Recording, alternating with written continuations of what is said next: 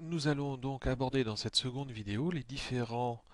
parties de l'interface graphique de Lightroom. Nous allons commencer par le début qui est en fait la barre ici en haut qui va vous permettre de passer d'un module à l'autre de Lightroom.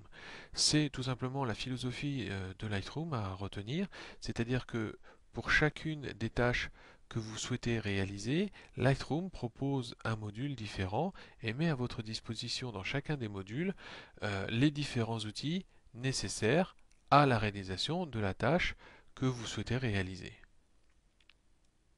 Vous verrez tout simplement qu'en passant d'un module à un autre, les fameuses, donc ça c'est le deuxième élément en fait de l'interface graphique de Lightroom, les deux panneaux ici latéraux, le panneau gauche, le panneau droit, changent et proposent un certain nombre d'options ou d'outils différents selon le module dans lequel nous nous trouvons. Le panneau de gauche, en général, propose le navigateur de contenu et donc permet tout simplement de sélectionner évidemment les différents répertoires comme vous voyez ici pour les photos. Il propose aussi en général les différents presets ou si vous préférez outils prédéfinis qui permettent en fait d'accélérer le traitement de vos photos en appliquant un certain nombre par exemple de traitement que vous avez l'habitude de faire sur plusieurs de vos photos et donc vous avez préenregistré de façon à les appliquer soit individuellement, soit en masse sur toutes vos photos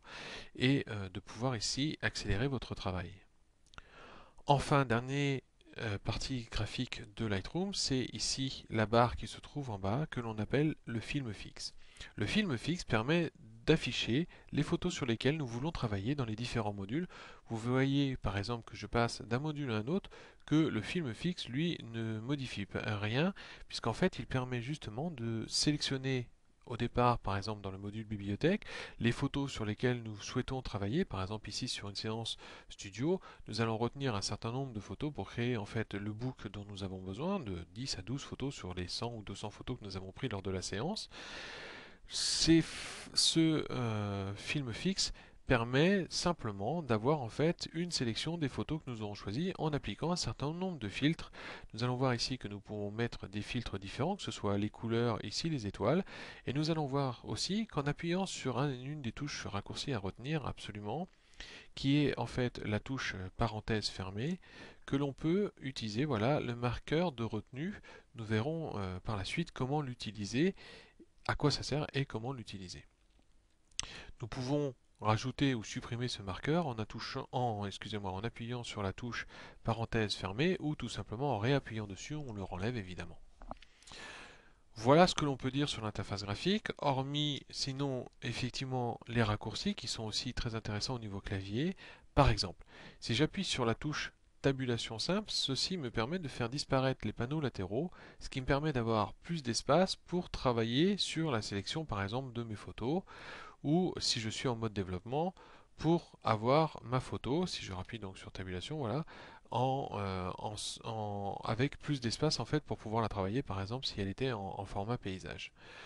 Nous avons donc pour les faire apparaître la touche tabulation, il suffit d'appuyer dessus une fois, elle apparaît, une fois ça disparaît. Si j'associe à cette touche tabulation la touche majuscule, c'est-à-dire j'appuie sur la touche majuscule et je la garde appuyée, et j'appuie sur la touche tabulation, vous allez voir que voilà, les quatre panneaux en haut, en bas et sur les côtés disparaissent en une seule fois, ce qui permet encore une fois de pouvoir travailler vos photos avec plus d'espace et de pouvoir les agrandir au maximum. Par exemple ici dans le module développement, si je fais le même genre de choses, vous voyez que ça permet d'agrandir un peu la photo et de travailler plus sereinement sur la photo, même si évidemment on peut zoomer dessus de façon à travailler plus précisément sur vos photos. Voilà en général ce que l'on peut dire, hormis peut-être encore la touche raccourci que l'on utilise pas forcément tout le temps, mais qui peut être utile, qui est en fait la touche L, qui permet de réduire l'éclairage autour de votre photo. Par exemple, si je passe avec la touche majuscule et tabulation, comme on a vu ma photo sans les différents panneaux à droite à gauche, que j'appuie sur la touche L une fois, vous voyez qu'ici ma photo est isolée et que le reste en fait de mon écran passe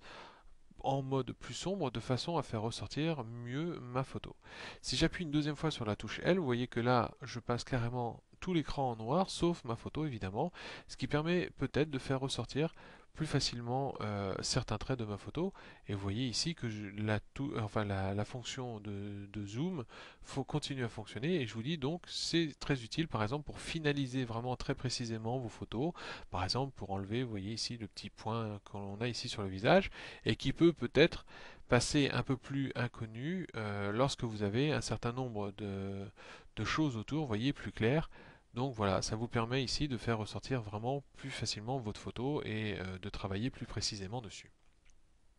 Voilà en général ce que l'on peut dire de l'interface graphique de Lightroom. Nous allons passer sur une troisième vidéo où nous allons commencer à aborder